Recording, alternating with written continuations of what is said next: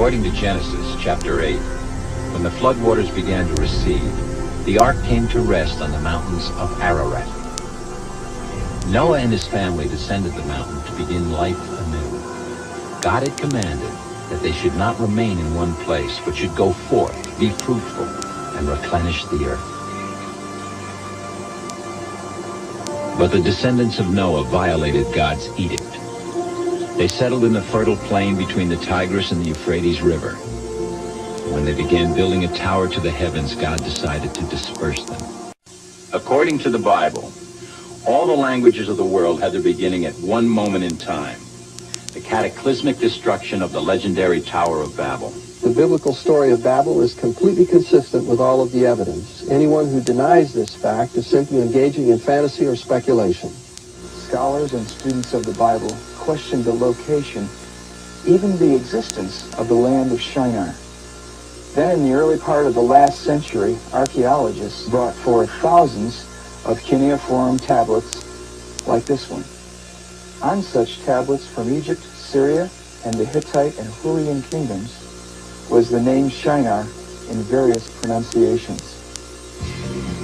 The land where the biblical story was set was here, in what is now Iraq. The historians of antiquity, including Alexander the Great, all wrote about having seen the ruins of the Tower of Babel.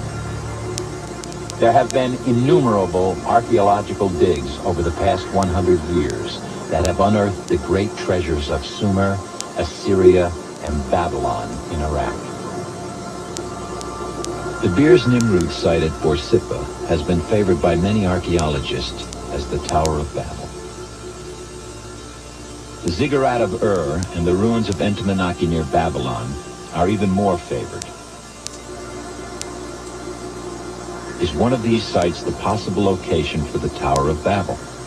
The strongest body of archaeological evidence, combined with the biblical account, favors the location of Entemenaki, which is in the country of Iraq, in the city of Babylon, 50 miles south of Baghdad. This site was recently featured in a Reader's Digest reference book as the probable site for the location of the Tower of Babel.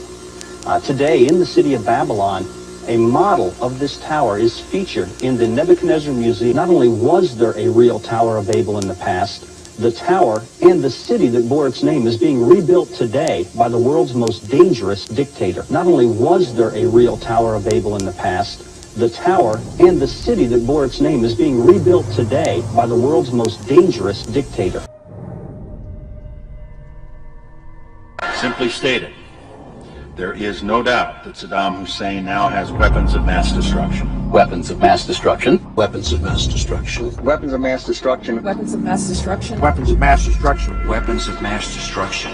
We agree that the Iraqi dictator must not be permitted to threaten America and the world with horrible poisons, diseases, gases, and atomic weapons.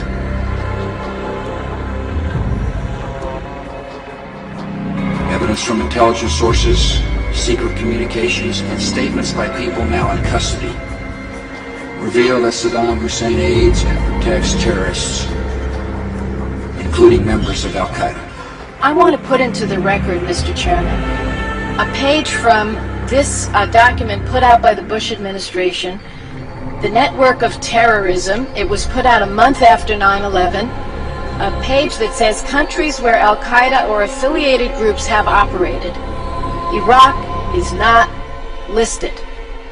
The temple towers of Mesopotamia were centers for communicating with ancient astronauts. I believe the tower was intended as a communication device, but not with any so-called ancient astronauts, rather with the spirit world of demons and fallen angels.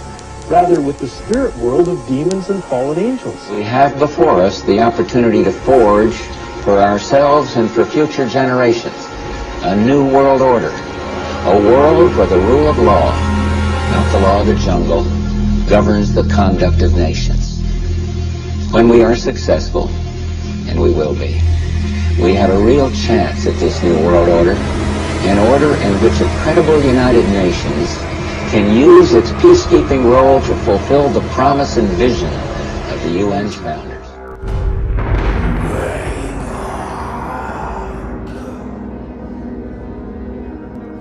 we can exclusively reveal that George Bush Sr.'s occult name is Magog, which is the name of the evil army commanded by Satan to visit Earth and destroy the kingdom of Christ.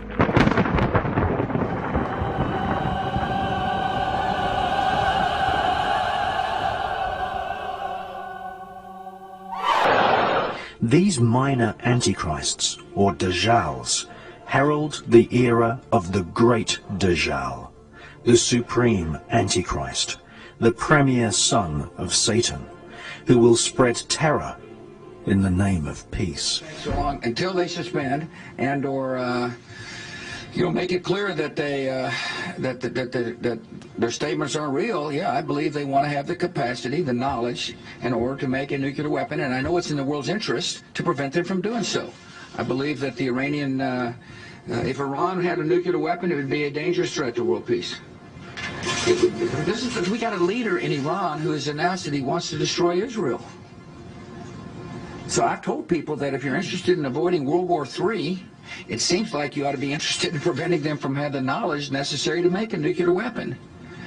And I take the threat of Iran with a nuclear weapon very seriously.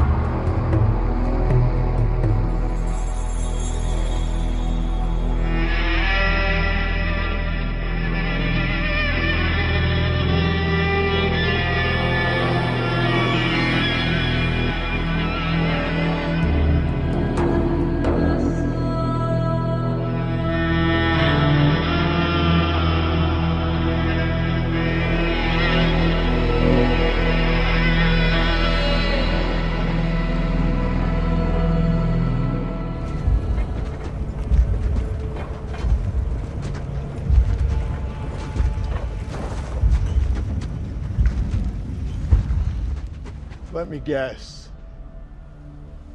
You must be Xerxes.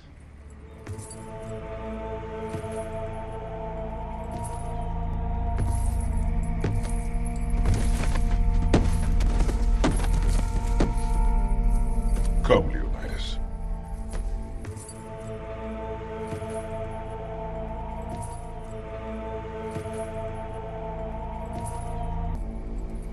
Let us reason together. It would be a regrettable waste. It would be nothing short of madness for you, brave king, and your valiant troops to perish. All because of a simple misunderstanding. There is much our cultures could share.